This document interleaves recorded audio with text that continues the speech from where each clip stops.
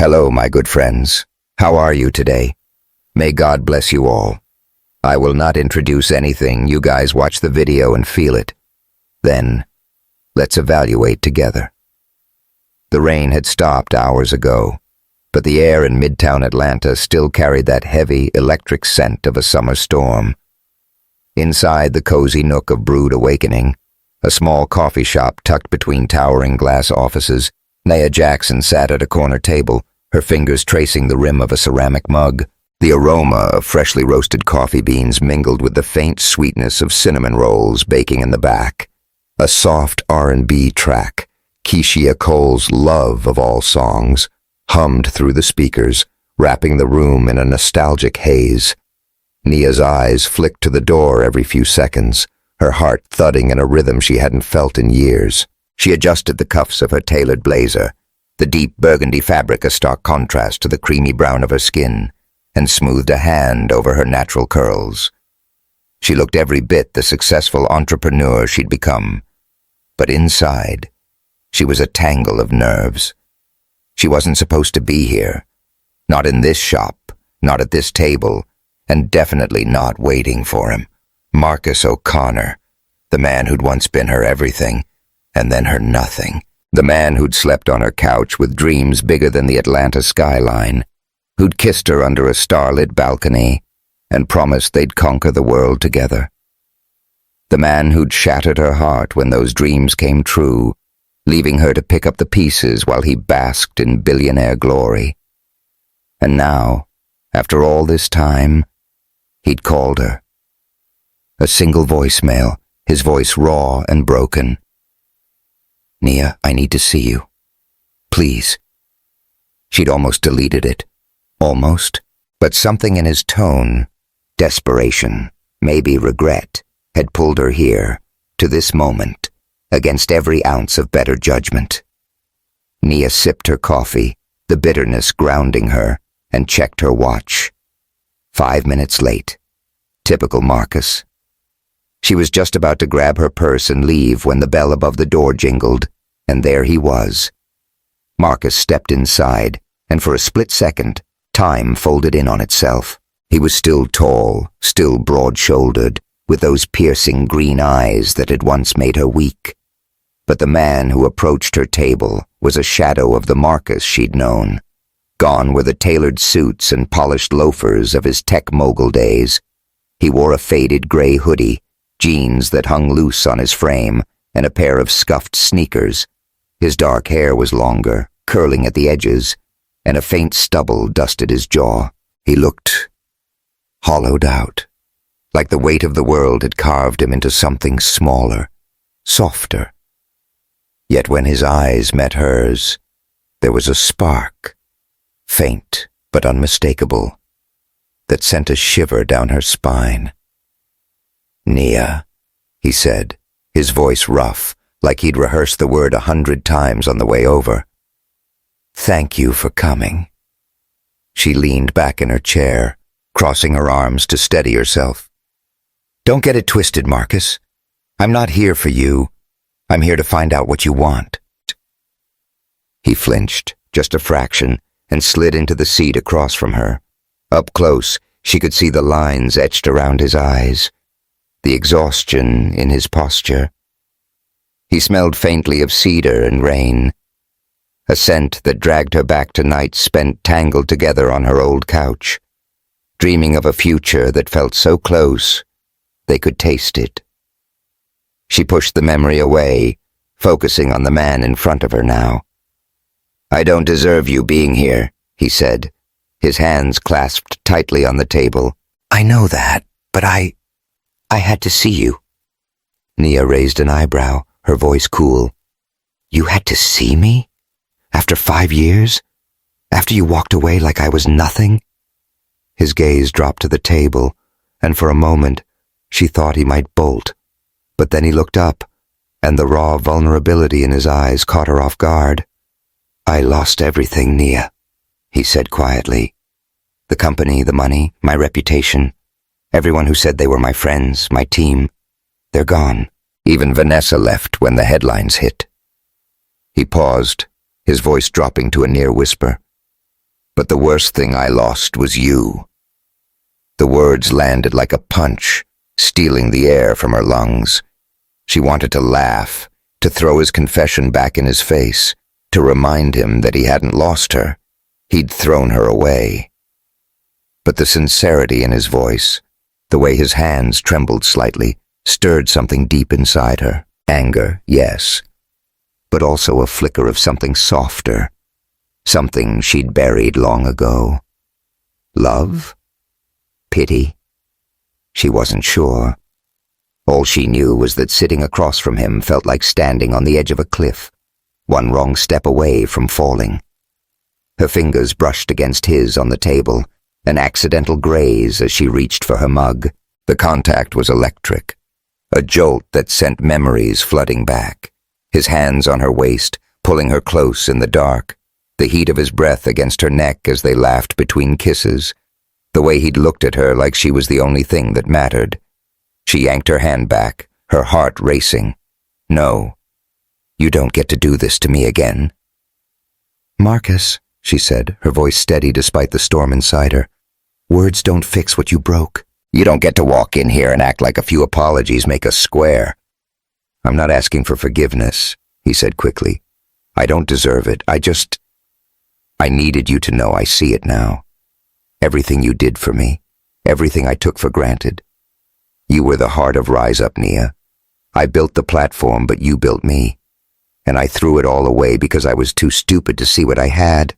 Nia's throat tightened. For years, she'd dreamed of hearing those words, of Marcus acknowledging the nights she'd stayed up proofreading his pitches, the weekends she'd worked double shifts to pay for his business cards, the dreams she'd shelved to lift him higher.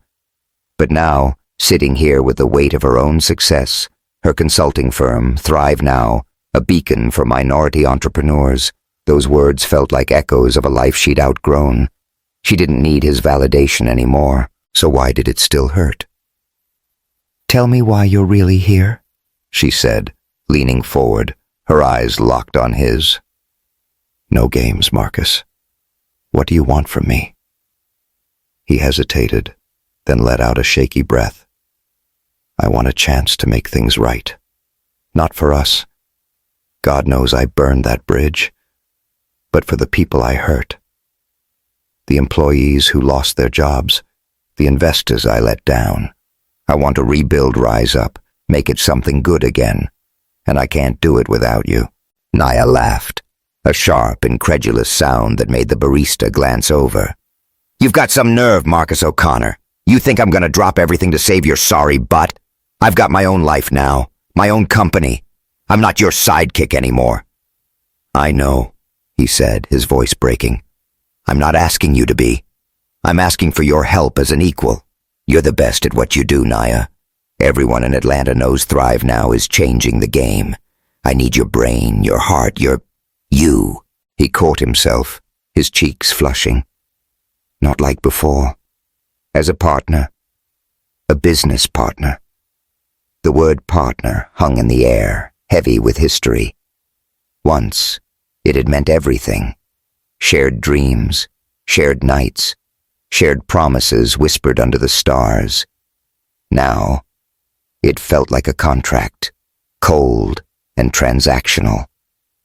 Nia studied him, searching for the man she'd met all those years ago, the one who'd bought her coffee with his last $20 and made her believe in miracles. Was he still in there, beneath the wreckage of his mistakes? Or was this just another one of his pitches, slick and hollow? She leaned back, her mind racing. Helping Marcus meant risking everything she'd built, her peace, her independence, her heart. But saying no meant closing the door on a part of herself she'd never fully let go. The part that still believed in the man who'd once looked at her like she was his whole world. "I'll hear you out," she said finally, her voice firm. "But that's all I'm promising. And if we do this, it's on my terms. No shortcuts, no lies. You step out of line, I'm gone. Understood?" Marcus nodded, relief flooding his face. "Understood. Thank you, Nia. You don't know what this means." "Don't thank me yet," she said, standing and slinging her purse over her shoulder. "You've got a lot to prove." As she walked toward the door, the bell jingling behind her, Nia felt the weight of her decision settle in her chest. She was stepping back into Marcus's orbit, but this time, she wasn't the wide-eyed girl who'd given him everything. She was Nia Jackson, a force in her own right, and whatever came next, she'd face it on her own terms.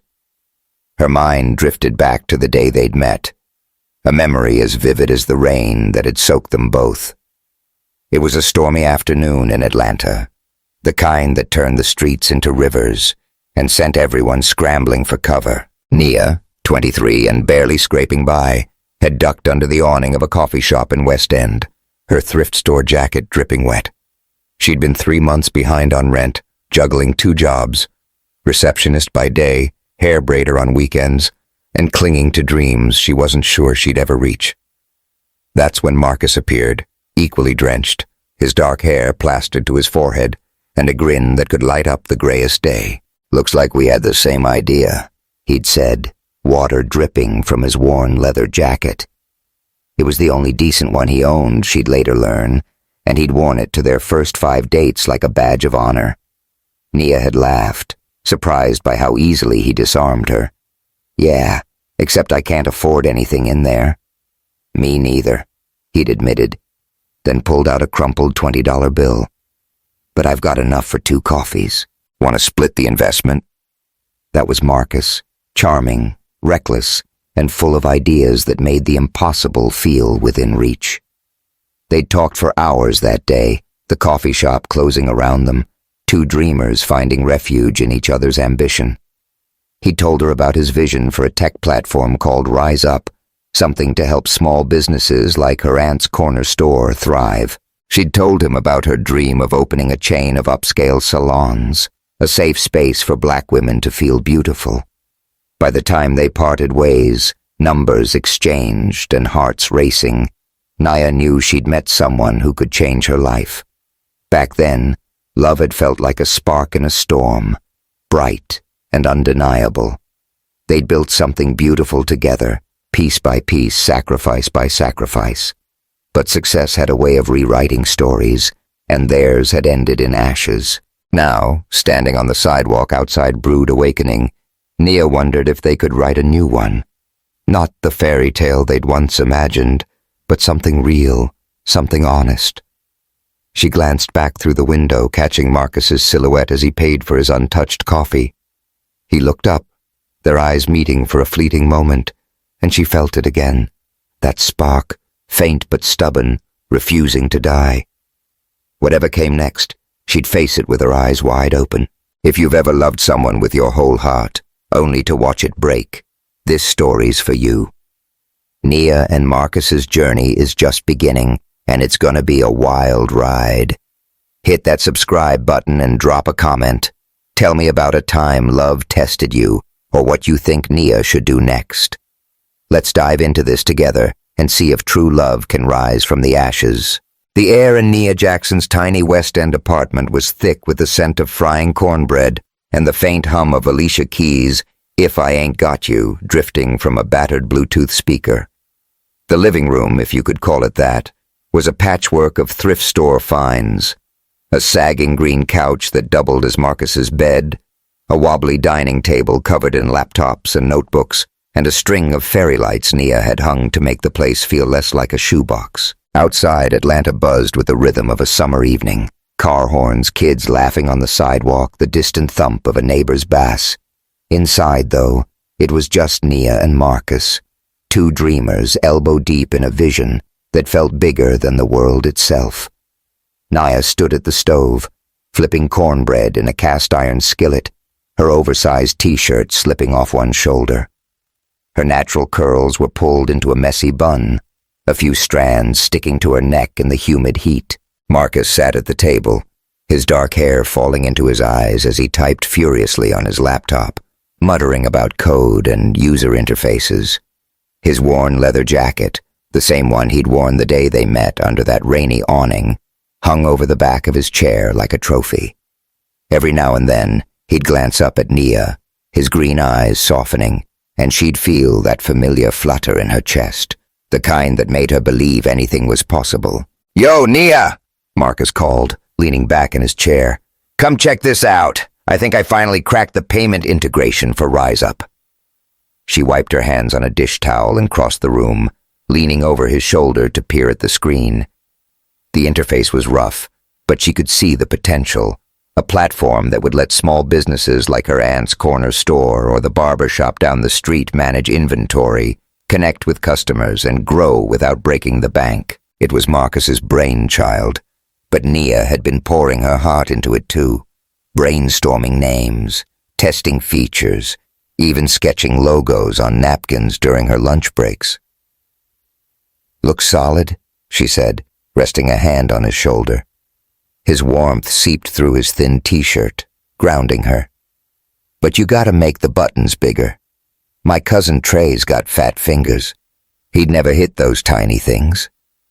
Marcus laughed, the sound low and warm, and turned his head to kiss her wrist. "Always keeping me honest, huh? All right, big buttons it is." She grinned, but before she could pull away, he caught her hand and tugged her gently onto his lap.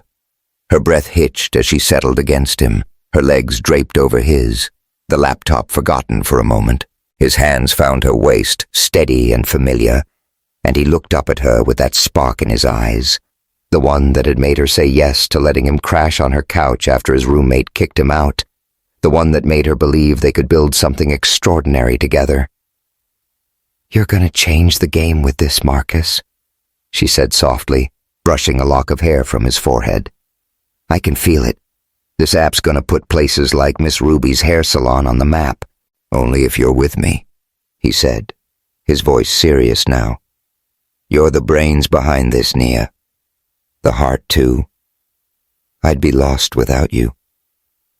Her chest tightened, a mix of pride and something deeper, something that scared her a little. Love wasn't supposed to feel this big, this fast, but with Marcus it did. She leaned down, pressing her lips to his, slow at first, then deeper, hungrier. His hands slid up her back, pulling her closer, and for a moment the world shrank to just them, the heat of his mouth, the rhythm of their breathing, the promise of a future they were building with every stolen kiss. When they finally pulled apart, both a little breathless, Nia rested her forehead against his, her fingers tracing the line of his jaw. "We're in this together, right?" she whispered. "Always," he said, his voice a vow. "You and me, Nia. We're gonna take on the world." Those early months were a blur of hustle and hope. Nia worked 2 jobs, receptionist at a downtown law firm by day, braiding hair at Miss Ruby's salon on weekends, while Marcus bounced between coding sessions and pitching RiseUp to anyone who'd listen. They lived on ramen noodles, cornbread from Nia's mama's recipe, and coffee that was more sugar than bean. But it didn't feel like struggle, not when they were together. Nights were spent on that sagging couch, Marcus's laptop balanced on his knees, Nia massaging his shoulders as he explained his latest idea. They'd brainstorm until dawn, laughing over dumb app names. Grow Easy? Sounds like a gardening app. And dreaming of the day they'd see RiseUp on every small business's phone. Nia believed in Marcus, with a fierceness that surprised even her. Maybe it was the way he talked about his vision, his eyes bright with possibility, or the way he listened when she spoke. Really listened, like her ideas were gold. She'd proofread his business plans, designed flyers on her ancient laptop, even role-play as an investor to help him nail his pitch.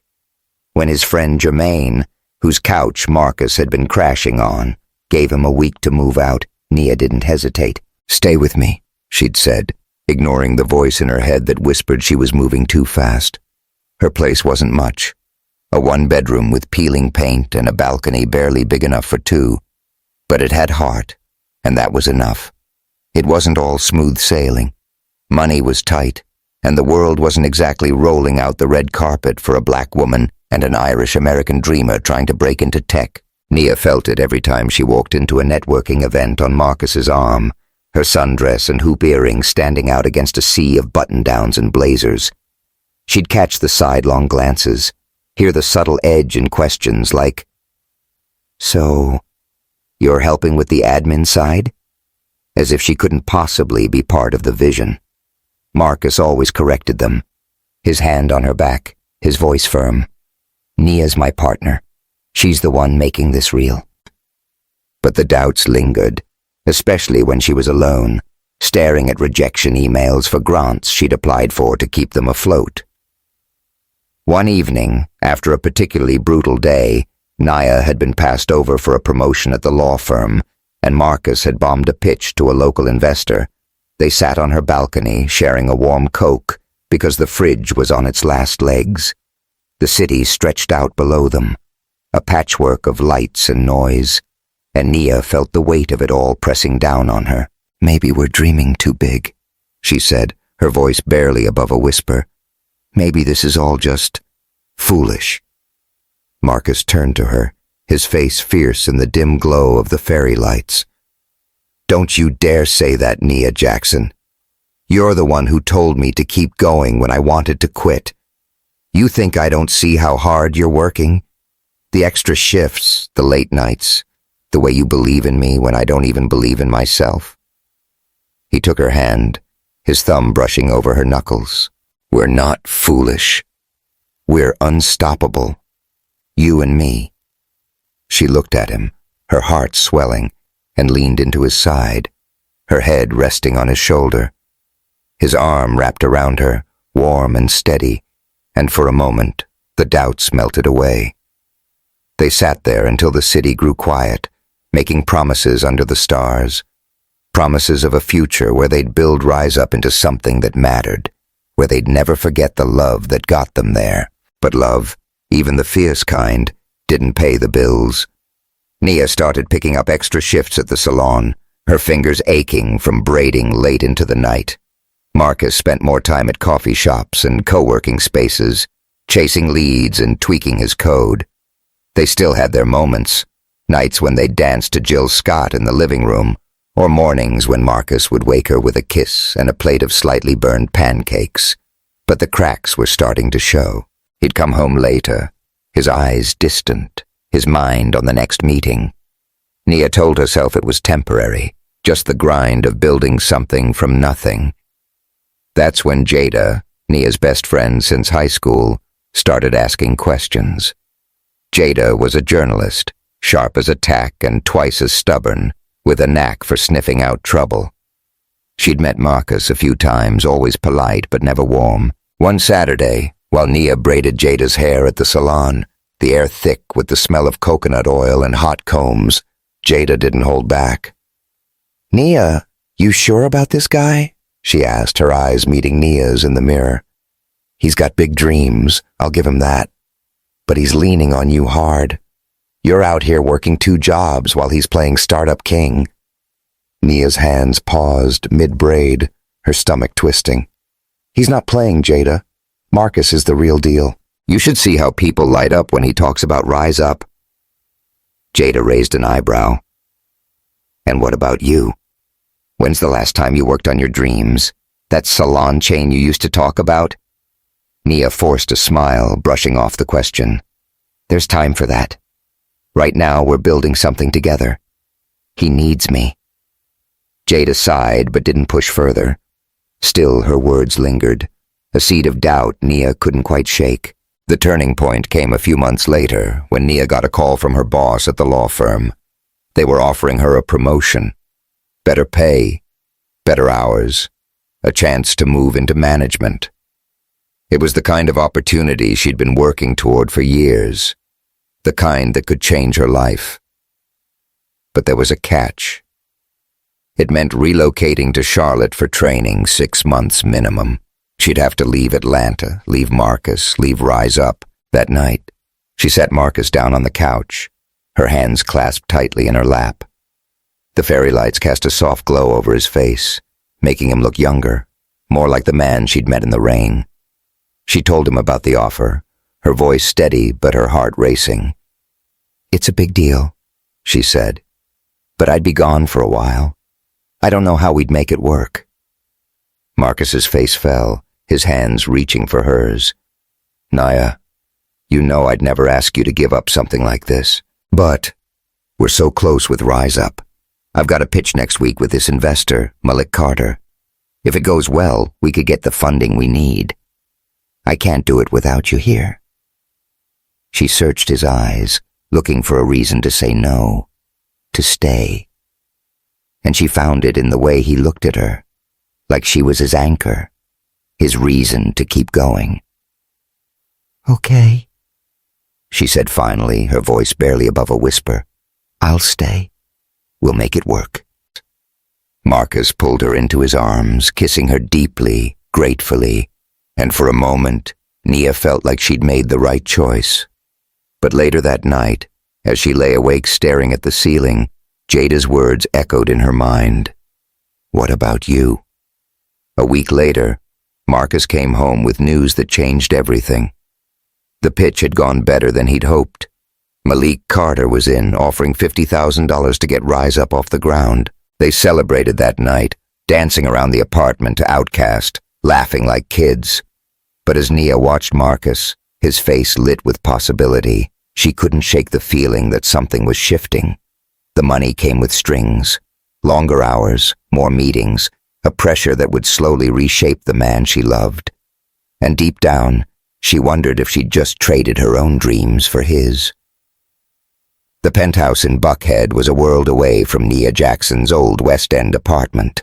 Floor-to-ceiling windows framed Atlanta's glittering skyline, the city sprawling beneath her like a sea of stars.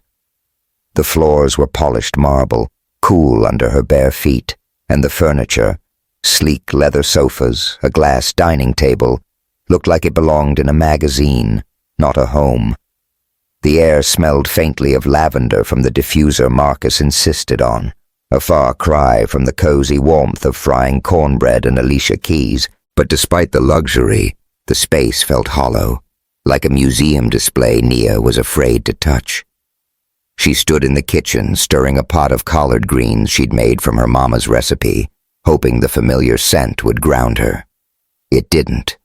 2 years had passed since Marcus's first big investment, and Rise Up was no longer a dream scribbled on napkins. It was a tech empire, valued at over $1 billion, with offices downtown and a team of developers who called Marcus the next big thing. Nia had moved into this penthouse at his urging. "We need to look the part," he'd said, his voice clipped, professional, and she'd packed up her fairy lights and thrift store couch, trading her West End roots for a life that felt like someone else's. She still worked her receptionist job, despite Marcus's insistence that she didn't need to, and she'd cut back on braiding hair at Miss Ruby's salon. But the sacrifices that once felt like love now felt like a slow erasure of herself. Marcus was different too. The man who'd once danced with her to Outcast in their tiny apartment was gone, replaced by someone who checked his phone mid-conversation and spoke in buzzwords like scalability and disruption. He came home later each night, often after Nia was asleep, and left before she woke. Their conversations, once endless and electric, now revolved around his work, his stress, his meetings, his vision. The we of their dreams had become I, and Nia felt like a ghost in her own life. She tried to bridge the gap. She'd schedule date nights, only for Marcus to cancel last minute with a vague, "Something came up." She'd visit his office, hoping to surprise him, but end up waiting in the lobby while he finished one more call.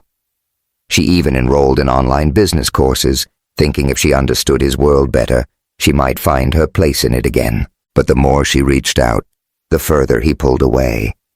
Tonight, though, she'd gone all out. It was the anniversary of the day they'd met under that rainy awning, and Nia was determined to remind Marcus of who they'd been. She'd taken the day off, spent hours cooking, collard greens, candied yams, fried chicken, all the southern comfort food they used to share. She'd set the dining table with candles and a bottle of wine she couldn't afford, and slipped into a silk dress that hugged her curves, the deep emerald fabric shimmering against her skin. She'd even put on Nina Simone's Feeling Good, hoping the music would pull Marcus back to their early days. Standing in front of the mirror, she adjusted her curls and took a deep breath. "This is gonna work," she told herself. "It has to." But by 10 p.m., the candles had burned low, the food was cold, and Marcus still wasn't home. Nia sat at the table, the wine untouched, her phone silent except for a single text from him. Stuck at the office. Celebrating with the team. Be home late. She stared at the words, her chest tightening. Celebrating what? Another funding round? Another magazine cover calling him Atlanta's golden boy?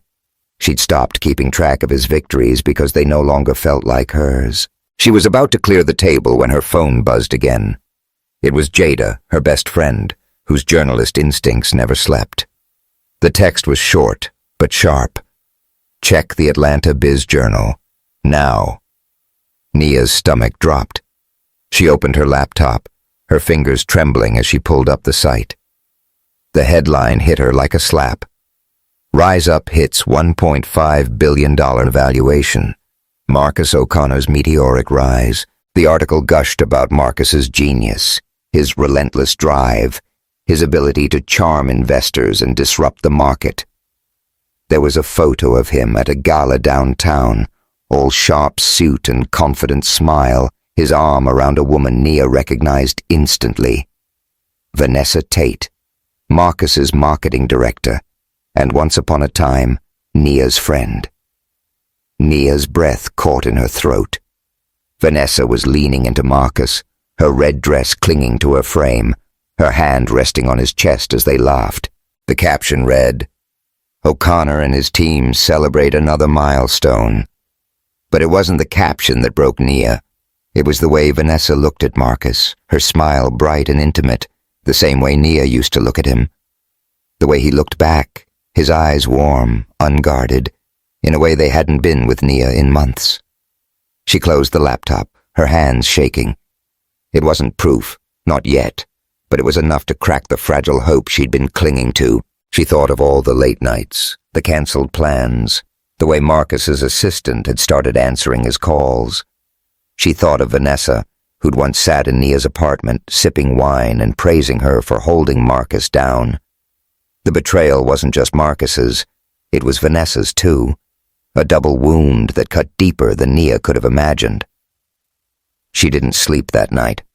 When Marcus finally stumbled in at 2 a.m., reeking of whiskey and cologne, Nia was waiting in the living room, still in her silk dress, Nina Simone, long since faded to silence. He froze when he saw her, his eyes flickering with something, guilt maybe, or just exhaustion. "Hey," he said, loosening his tie. "You didn't have to wait up." Nia stood, her arms crossed, her voice steady despite the storm inside her. "You missed our anniversary, Marcus. I cooked, I planned, I waited, and you were out, celebrating, with Vanessa." His face tightened, but he didn't deny it. "It was a work thing, Nia. The valuation news dropped and the team wanted to toast. I didn't think—" "You didn't think?" She cut in, her voice rising. "You didn't think about me sitting here like a fool trying to hold on to us? You didn't think about the promises we made, the life we said we'd build together?" "Nia, you're blowing this out of proportion," he said, running a hand through his hair. "Vanessa's just part of the team. You know how crazy things have been." "Don't lie to me," she snapped, stepping closer. "I saw the picture, Marcus. The way you looked at her. The way she looked at you. Tell me I'm wrong. Tell me there's nothing going on." He opened his mouth, then closed it, his silence louder than any confession. Nia's heart shattered, the pieces falling like glass around her. She'd given him everything, her time, her dreams, her love, and he'd traded it for someone who fit his new world, someone who didn't carry the weight of their shared struggle. "How long?" she asked, her voice barely a whisper. Marcus looked away, his jaw tight. A few months. It's not what you think, Nia. We've been growing apart for a while. You don't fit in this world, not the way she does. The words were a knife slicing through her. She wanted to scream, to throw something, to make him feel the pain he'd just inflicted. But instead she laughed, a bitter, hollow sound that echoed in the sterile penthouse.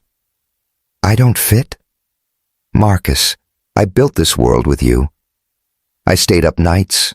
I worked extra shifts. I gave up my own dreams so you could have this. And now you're telling me I'm not enough? He stepped toward her, his hands outstretched. Nia, I didn't mean it like that. I'm sorry, okay? Let's talk about this. Don't touch me, she said, backing away. You don't get to apologize. You don't get to fix this with words. You made your choice, Marcus, and it wasn't me. She turned and walked to the bedroom, her vision blurring with tears. She heard him call her name, but she didn't stop. She pulled a suitcase from the closet and started packing. Her clothes, her books, the few keepsakes that still felt like hers, the photo of them under the rain, laughing like nothing could break them, went into the trash. The necklace he'd given her on their first anniversary, chosen by his assistant in later years, she left on the dresser. She didn't need reminders of a man who'd forgotten her. By dawn, she was gone, driving through Atlanta's quiet streets to a cheap motel on the outskirts of town. The room smelled of stale cigarettes and regret, but it was hers, a space where she could breathe without the weight of Marcus's betrayal. She sat on the lumpy bed, her phone buzzing with missed calls from him, from Jada, from her mama. She ignored them all, staring at the cracked ceiling as the truth settled in her bones. She'd lost more than Marcus. She'd lost the version of herself who'd believed in him, who'd defined her worth through his dreams. For years, she'd been his partner, his rock, his heart. Now, she was just Nia, alone and unmoored, with no idea who she was without him. The realization was a gut punch, worse than the betrayal itself. Who had she become? And what had she given up to get here? Jada showed up that afternoon, banging on the motel door with a bag of takeout from their favorite soul food spot. Girl, you scared me half to death, Jada said, pulling Nia into a hug. I saw that article and knew something was wrong. What happened? Nia told her everything, the words spilling out between sobs. Jada listened, her face a mix of anger and sorrow, and when Nia was done, she handed her a plate of fried chicken and macaroni. Eat, she said firmly. Then we're gonna figure out how to get you back on your feet. You're Nia Jackson, the baddest woman I know. You don't need Marcus O'Connor to shine. Nia managed a small smile, but inside she wasn't so sure. She'd poured so much into Marcus, into Rise Up, that she'd forgotten how to dream for herself. The salon chain she'd once imagined, the business degree she'd put on hold, the woman she'd wanted to be. They felt like ghosts now, faded and out of reach. As she sat there, picking at her food, she caught her reflection in the motel's cloudy mirror. The woman staring back was a stranger, her eyes red and tired, her spirit bruised but not broken. She didn't know it yet, but that moment, rock bottom in a cheap motel room, was the spark that would set her free. The road ahead would be brutal, but Nia Jackson was about to discover just how strong she could be. The fluorescent lights of Nia Jackson's new office flickered slightly, casting a soft hum over the small space in Midtown Atlanta. It wasn't much, a converted loft with exposed brick walls, a second-hand desk, and a whiteboard scribbled with business strategies. But to Nia, it was a kingdom. Thrive Now, her consulting firm, was her lifeline, a dream born from the ashes of her old life. The office smelled of fresh paint and the jasmine candle she'd lit to calm her nerves, and a framed photo of her mama and grandma sat on the desk, their smiles a reminder of where she came from. Outside, Atlanta pulsed with its usual energy, street vendors calling out, MARTA buses rumbling by. But inside, Nia was locked in battle, her laptop open to a legal document that threatened to unravel everything she'd built. It had been 18 months since she'd walked out of Marcus O'Connor's penthouse, leaving behind the man who'd broken her heart and the life that no longer felt like hers. The months that followed had been a blur of pain and reinvention. She'd moved into a modest one-bedroom in Decatur, trading the sterile luxury of Buckhead for a place that felt like home, with colorful throw pillows and a kitchen where she could cook her mama's recipes. She'd enrolled in evening business classes at Georgia State, studying until 2 a.m. after long days at Miss Ruby's salon, her fingers relearning the rhythm of braiding hair. The exhaustion was brutal, but it fueled her. Each step a reclaiming of the woman she'd lost. Thrive Now was the result. A consulting firm dedicated to helping underrepresented entrepreneurs, especially women and people of color, navigate the cutthroat world of startups. Nia had poured her heart into it, drawing on her experience with Rise Up to guide clients through funding pitches and growth plans. Her first client, a young black woman named Keisha, who ran a catering business out of her kitchen, had just opened her own storefront. A victory that filled Nia with a joy she hadn't felt since those early days with Marcus. But now, as she stared at the cease and desist letter on her screen, that joy felt like a distant memory. The letter was from a former client, a tech startup called InnovateX, claiming Thrive Now had provided negligent advice that led to their financial losses. They were threatening to sue, and the news had already leaked to a local business blog, painting Nia as an amateur and over her head. The accusations were flimsy. Nia knew her work had been solid, but the damage to her reputation could be catastrophic. Thrive Now was still young, its client list growing but fragile, and a scandal like this could kill it before it had a chance to soar. Nia leaned back in her chair, rubbing her temples. Beyoncé's Freedom played softly from her phone, a reminder to keep fighting, but doubt gnawed at her. What if I'm not good enough? What if I've been fooling myself this whole time? She thought of Marcus, of the nights she'd spent building his dream while shelving her own. Had she traded one impossible fight for another? A knock at the door pulled her from her thoughts. Jada, her best friend, strode in without waiting for an invitation, a takeout bag from Slutty Vegan in one hand and a fierce look in her eyes. Jada's braids were swept into a high bun, her journalist badge dangling from her neck, and she moved with the confidence of someone who'd never met a story she couldn't crack. "All right, Nia," Jada said, dropping the bag on the desk. "I know that look. You're spiraling. Eat some of this impossible burger and talk to me." Nia managed a weak smile, opening the bag to the smell of fries and vegan barbecue sauce. "It's bad, Jada. InnovateX is coming for me. If this lawsuit goes public, I'm done. No one's gonna trust Thrive Now." Jada sat on the edge of the desk, her eyes narrowing. "Those clowns at InnovateX? They tanked their own company with their shady accounting, not your advice.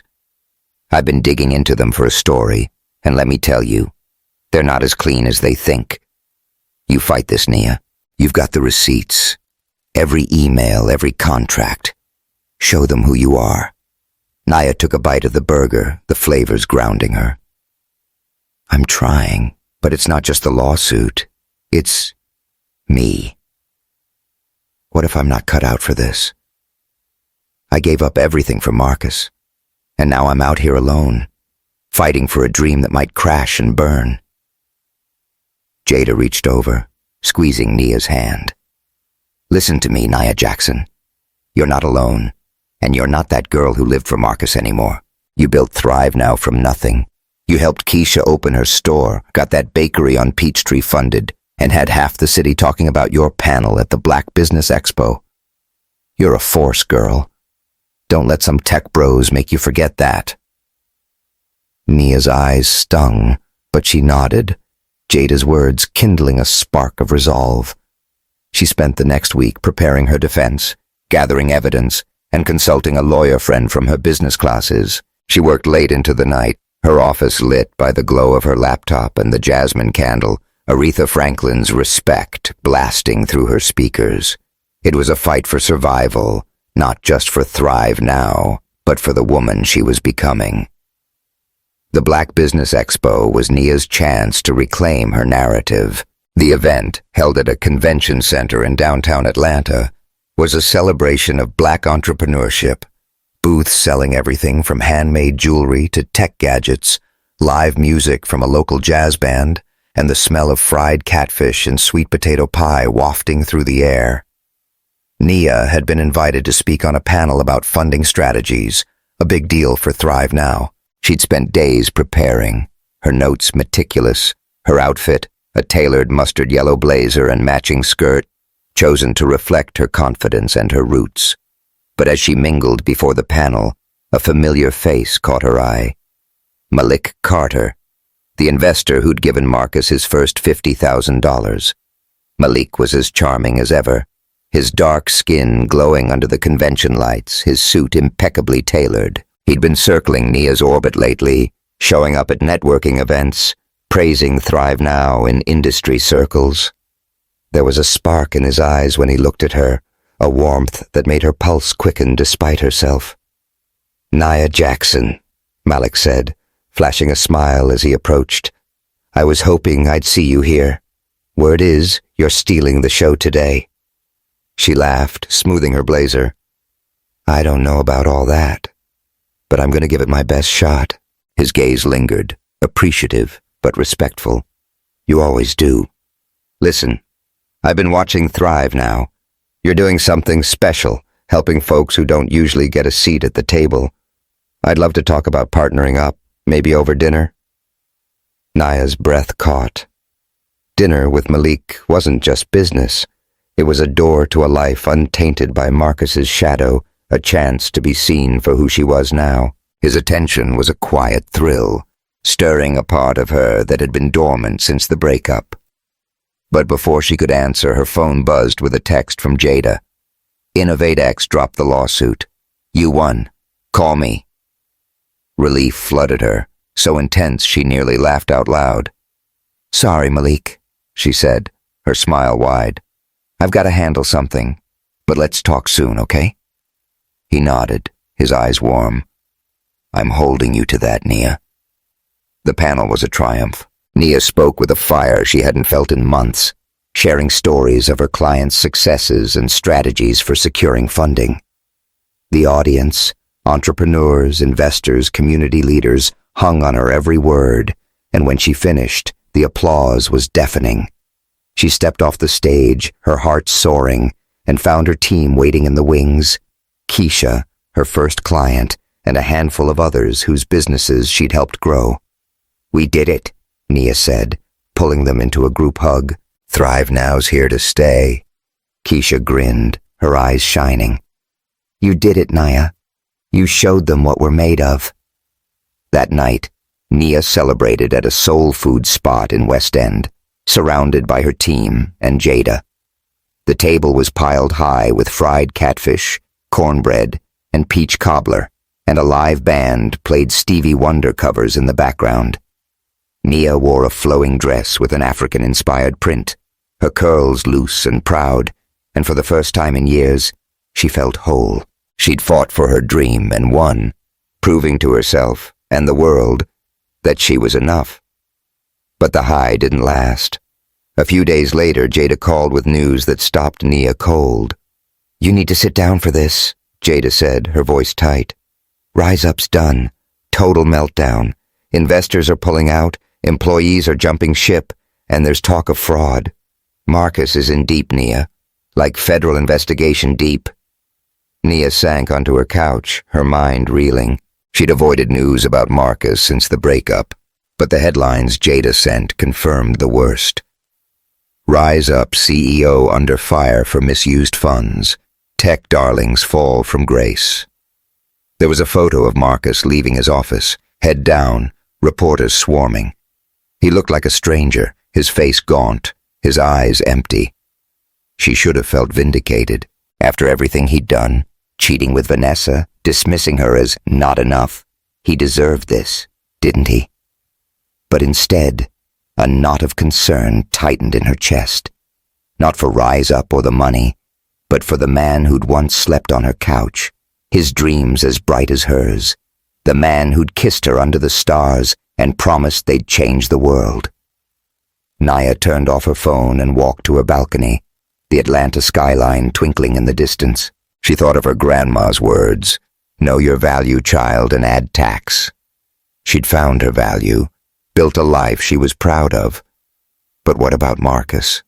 Was there anything left of the man she'd loved, or was he lost to the empire he'd chased? As she stood there, the city humming below, Nia felt a shift inside her. She wasn't ready to forgive Marcus, not yet, but she couldn't ignore the pull to help him, not as his savior, but as someone who knew what it meant to rebuild from nothing. The question was, could she step back into his world without losing herself again? The ballroom of the Grand Hyatt in Buckhead shimmered under crystal chandeliers, the air alive with the clink of champagne glasses and the murmur of Atlanta's business elite.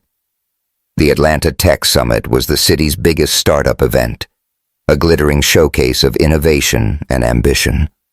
Nia Jackson stood backstage, her heart pounding as she adjusted the mic clip to her red power suit.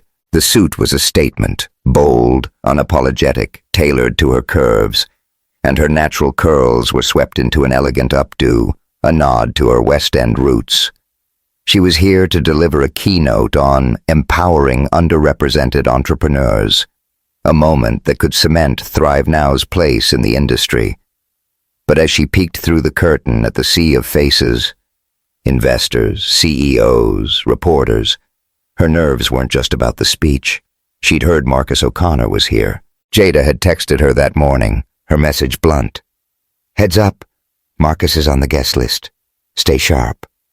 Nia hadn't seen him since their meeting at Brood Awakening 3 weeks ago, when he'd begged for her help to rebuild Rise Up. She'd agreed to hear him out, but only on her terms. Clear boundaries, no promises.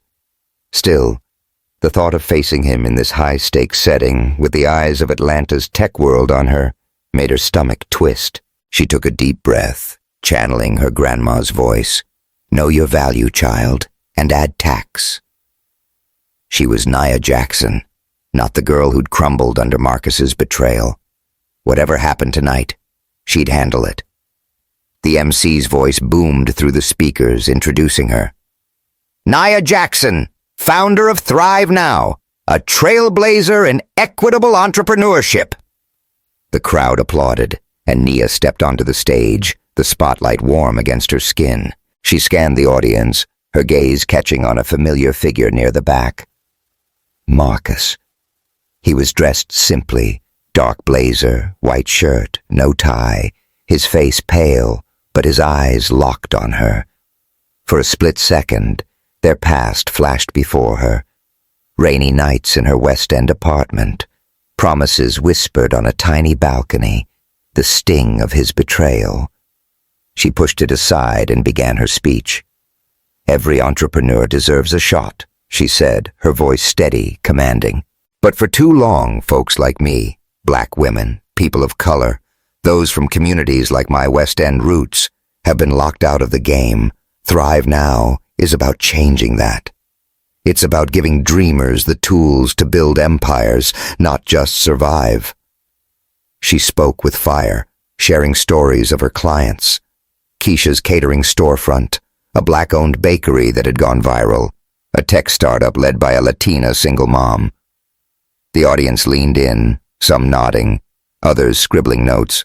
Nia felt the room shift, her words weaving a spell of possibility. But halfway through, a commotion at the back of the ballroom broke her focus.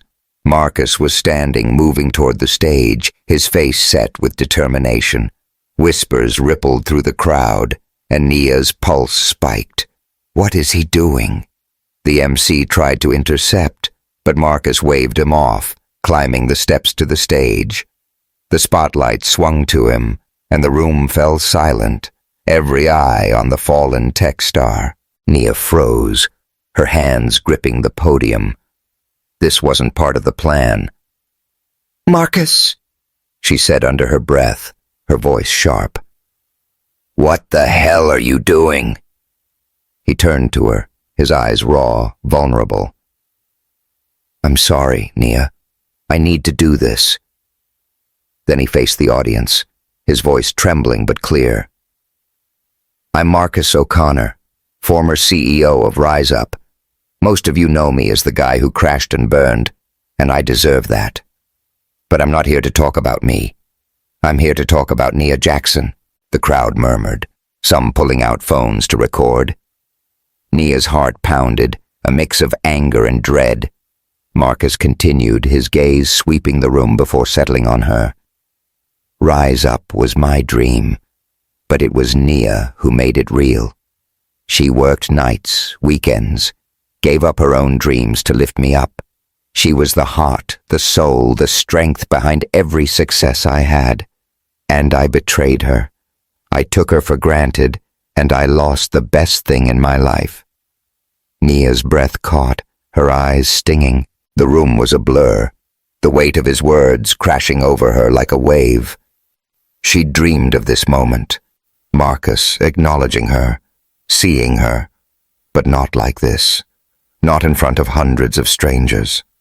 Part of her wanted to stop him, to protect the walls she'd built around her heart.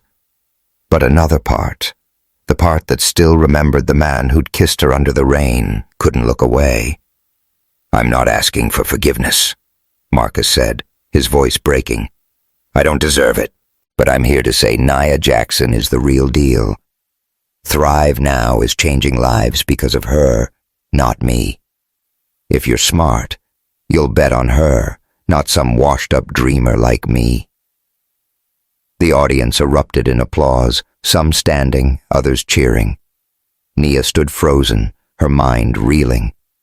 Marcus turned to her, his eyes searching hers, and for a moment, it was just them. No crowd, no stage, no past. She saw the man she'd loved, the one who'd promised her the world, and the man he'd become, broken, but trying to make amends. Her throat tightened, a storm of emotions, anger, grief, hope, battling inside her. "Marcus," she said, her voice low, meant only for him. "You can't just do this. Not here." "I had to," he said softly. "You deserve to hear it." Everyone did. Before she could respond, the MC ushered them off stage, the crowd still buzzing. Backstage, in a quiet corner lined with velvet curtains, Nia faced Marcus, her hands clenched at her sides. The air between them crackled, heavy with history. He was close enough that she could smell his familiar cedar scent, see the faint stubble on his jaw. Her body remembered him, the warmth of his hands, the way his lips had felt against hers. And for a fleeting moment, she wanted to close the distance, to feel that spark again. But she stepped back, grounding herself. "Why now?" she asked, her voice steady despite the ache in her chest. "Why do this in front of everyone?" "Because I owed you," he said, his eyes never leaving hers. "Not just for what I did, but for who you are. I saw you up there, Nia, owning that stage. You're a star, and I needed the world to know I was wrong to ever dim your light." Her breath hitched, his words stirring something deep inside her. She wanted to believe him, but trust was a fragile thing, and he'd shattered hers once before. "Words don't fix the past, Marcus," she said. "You broke me. You broke us. What am I supposed to do with this now?" He hesitated, then said, "I'm not asking you to take me back. I know I burned that bridge, but I meant what I said at the coffee shop. I want to rebuild Rise Up, make it right for everyone I hurt, and I need your help, not as my savior, but as my equal. A partner." The word partner hung between them, heavy with meaning. Once, it had meant love, shared dreams, late nights tangled together.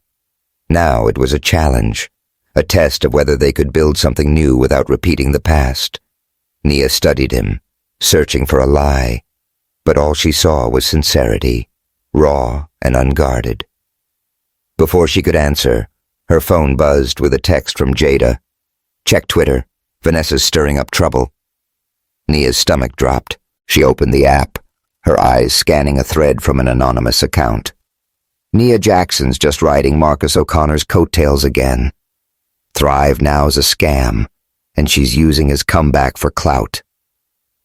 The thread included blurry photos from the summit, twisted to suggest Nia and Marcus were scheming together. The comments were brutal, some questioning her credentials, others dragging her race into it. Nia's hands shook, anger surging. She knew Vanessa's handiwork when she saw it. Vanessa Tate, Marcus's former lover and Nia's one-time friend, had never forgiven Nia for walking away with her head high. Now, with Marcus's public apology threatening Vanessa's narrative as the woman behind his success, she was hitting back. Marcus peered at her phone, his face darkening. "Vanessa," he said, his voice tight. "She's been trying to sabotage me since Rise Up fell. I didn't think she'd come for you." "Well, she did," Nia snapped, her eyes blazing. "And I'm not letting her tank everything I've built. You want to be partners? Prove it. Help me shut this down." Marcus nodded, his jaw set. "I'm in, Nia. Whatever it takes." They spent the next hour in a quiet conference room, drafting a joint statement with Jada's help. Jada, who'd rushed to the summit after her text, was a whirlwind of energy, her journalist instincts in overdrive. "We're gonna bury this," she said, typing furiously on her laptop. "I've got contacts at the Atlanta Biz Journal. They'll run a piece on Thrive Now's real impact, and I'm digging into Vanessa's shady deals. She's not as untouchable as she thinks." Nia and Marcus worked side by side, their old rhythm returning despite the years apart. His hand brushed hers as they passed a notepad, and Nia felt a jolt, her body betraying her with memories of his touch. She pulled away, focusing on the task, but the tension lingered, a reminder of the spark that hadn't fully died. By midnight, their statement was live, a clear professional rebuttal affirming Nia's independence and Thrive Now's mission, with Marcus taking responsibility for his past and endorsing her work.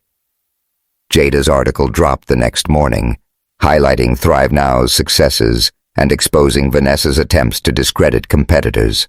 The narrative shifted, with social media rallying behind Nia, praising her resilience and calling out the anonymous attacks. Nia stood in her office the next day, the jasmine candle flickering, Stevie Wonder's "Isn't She Lovely" playing softly. The victory was sweet, but it was Marcus's willingness to stand with her, to fight for her, that lingered in her mind. She called him, her voice firm, but warm. "I'm in," she said. "We'll rebuild Rise Up together. But it's on my terms. We focus on community impact, minority businesses, ethical practices, and we're equals, Marcus. No more pedestals, no more lies. Can you handle that?" "I can," he said, and she could hear the relief in his voice. "Thank you, Nia. I won't let you down." As she hung up, Nia walked to her window, the Atlanta skyline stretching before her. She'd chosen to step back into Marcus's world, but this time, she wasn't his shadow. She was his partner, his equal, and she'd make sure he never forgot it. The new Rise Up office in Midtown Atlanta was nothing like the sleek, soulless headquarters of its billion-dollar days. Housed in a renovated warehouse, the space was warm and open, with exposed brick walls, colorful murals painted by Marcus's sister Clara, and a communal kitchen where employees shared homemade dishes. A framed photo hung near the entrance, a faded snapshot of Nia and Marcus under a rainy Atlanta awning, laughing like the world was theirs. It wasn't there to romanticize the past, but to remind them of where they'd started and how far they'd come. Tonight, the office buzzed with celebration, the air thick with the scent of fried catfish, cornbread, and sweet tea from a West End caterer. A local R&B band played a soulful cover of Marvin Gaye's "Ain't no mountain high enough." And laughter echoed as the team toasted to a milestone.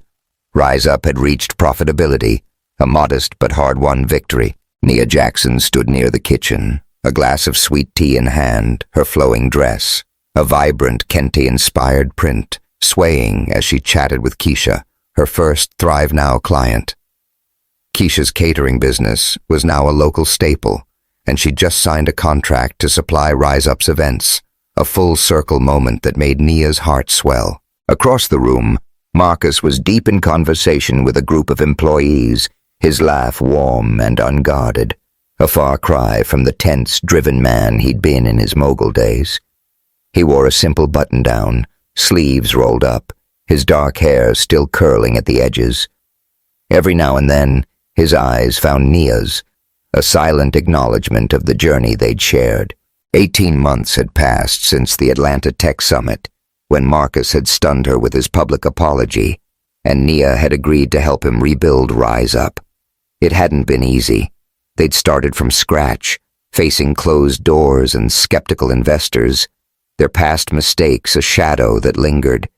But Nia had insisted on a new vision, a Rise Up that prioritized community, supporting minority-owned businesses and ethical practices. Marcus had agreed without hesitation, and together they'd made amends, personally apologizing to every employee and investor harmed by the old Rise Up's collapse, offering restitution where possible. Some forgave them, others didn't. But each step forward felt like a reclamation, not just of the company, but of themselves. Nia had set clear boundaries from the start. "We're partners, Marcus," she told him in their first meeting, her voice firm. "Equals. My life doesn't revolve around you anymore. Thrive now comes first, and so do I." He'd nodded, respect in his eyes, and he'd kept his word. They worked as a team, their old chemistry tempered by new maturity. Nia's consulting expertise shaped Rise Up's strategy, while Marcus's coding skills and charisma brought it to life. They met in her office, neutral ground, to review plans, their conversations focused but warm, like old friends rediscovering each other. Thrive Now had thrived in parallel, expanding to offices in Charlotte and Miami, its client list now a who's who of minority entrepreneurs. Nia's name appeared in Forbes. Her keynote speeches drew crowds, and she'd launched a scholarship fund for Black women in business, inspired by her grandma's legacy. She was no longer the woman who'd defined herself through Marcus's dreams. She was Nia Jackson, a force, and she wore her value like a crown. But tonight wasn't about her alone. It was about Rise Up, about the team they'd built, about a second chance neither had expected. As the band shifted to a slower tune, Jill Scott's Golden, Nia stepped onto the office's small balcony, needing a moment to breathe. The Atlanta skyline sparkled below, a reminder of the city that had shaped her, broken her, and lifted her up again. She leaned against the railing, the night air cool against her skin, and closed her eyes, letting the music wash over her. Footsteps behind her broke the spell. She turned to find Marcus, his hands in his pockets, a hesitant smile on his face. "Mind if I join you?" he asked. She nodded, gesturing to the space beside her. "It's your party, too." He leaned against the railing, close enough that she could feel the warmth of his arm, far enough to respect the boundaries she'd set. The cedar scent of his cologne stirred memories, nights on her old balcony, his lips on hers, promises whispered under the stars. Her body remembered him, a quiet ache she'd learned to live with, but she pushed it aside, focusing on the man beside her now. "You were incredible tonight," Marcus said, his voice soft. "The way you talked to the team, hyping up Keisha's contract, making everyone feel like they matter. You're a natural, Nia." She smiled, brushing a curl from her face. "You weren't so bad yourself. That speech about second chances had half the room tearing up." He chuckled, then grew serious, his eyes searching hers. "You've changed me, Nia. Not by saving me, but by showing me what it means to be better. To care about people, not just profits. I look at you, at everything you've built, and I'm just in awe." Her throat tightened, his words hitting a place she'd kept guarded. She looked at him, really looked, and saw the man he'd become. Humble where he'd once been arrogant, deliberate where he'd been reckless. He still had that spark, the one that had drawn her to him all those years ago, but it was tempered now, grounded by the lessons of his fall. "You've changed too," she said, her voice steady. "The old Marcus would have taken all the credit tonight, but you didn't. You lifted everyone else up. That's who I always knew you could be." Their eyes locked, and for a moment the air between them crackled, heavy with unspoken possibility. His gaze flicked to her lips, lingering just long enough to stir a warmth in her chest. She felt it too, the pull to close the distance, to see if their old spark could still ignite. But she stepped back, breaking the spell, and he didn't push. They'd both learned the cost of crossing lines too soon. "Partners, right?" she said, a small smile playing on her lips. "Partners," he echoed, his voice warm with understanding. They stood in comfortable silence, the music drifting out from the party.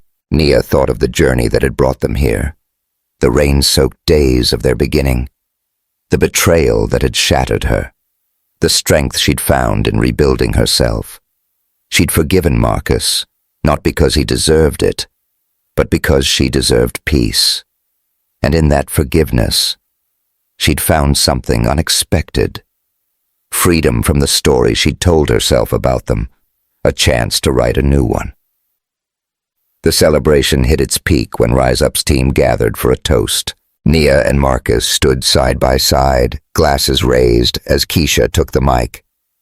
"To Nia and Marcus," she said, her voice ringing with pride, "for believing in second chances, for building something real, and for showing us what it means to rise up." The room erupted in cheers, glasses clinking, and Nia felt a surge of joy, pure and uncomplicated. She glanced at Marcus, their eyes meeting in a moment of shared triumph. It wasn't the wild, reckless love of their youth, nor the fractured power couple they'd become. It was something rarer. Two people who'd chosen to walk the same path, not because they needed each other, but because they wanted to. Later, as the party wound down, Nia and Marcus found themselves cleaning up, stacking plates and wiping tables while the band packed up. It was a small, ordinary moment, but it felt right, like the nights they'd spent scrubbing dishes in her old apartment. They laughed over a spilled tray of cornbread, their shoulders brushing, and Nia caught a glimpse of the man she'd met in the rain, still there beneath the scars of his mistakes. "You think we did okay?" Marcus asked, tossing a napkin into the trash. She grinned, nudging him with her elbow. "We did more than okay, O'Connor. We built something worth keeping." He smiled, his eyes warm with a quiet pride. "Couldn't have done it without you, Jackson." "And don't you forget it," she teased, her voice light but firm. As they stepped back onto the balcony, the city stretching before them, Nia felt a peace she hadn't known was possible. She'd found her worth, not in Marcus's love or Rise Up's success, but in the life she'd built, the legacy she was creating. Thrive Now was her empire, her clients, her family, and Atlanta her home. Marcus was part of that now, not as her everything, but as a partner, a friend, a piece of her story she'd chosen to keep. People often asked if they'd gotten back together, expecting a fairy tale ending. The truth was messier, richer. They weren't the lovers who danced in the rain, nor the couple torn apart by ambition. They were two whole people, standing side by side, their past a foundation for something new. Some days, when Marcus looked at her across a conference table or laughed at her cornbread jokes, Nia felt a flicker of that old spark. But she didn't need it to define her. She was enough, and that was the greatest victory of all. Her grandma's words echoed in her mind. Know your value, child, and add tax. Nia had learned her value, and she'd added more than tax. She'd added purpose, respect, and a love that didn't demand her sacrifice. As she stood there, the Atlanta skyline glowing, she knew she'd found her true wealth, not in money, but in the life she'd chosen to live. Nia's story, and Marcus's too, reminds us that love and pride can conquer even the toughest storms. It's not about holding on at all costs, but about finding yourself and meeting again as equals. What did you think of their journey? Hit that subscribe button, drop a comment, and share your own story of love, loss, or rising from the ashes. Let's keep the conversation going and celebrate the strength it takes to rebuild.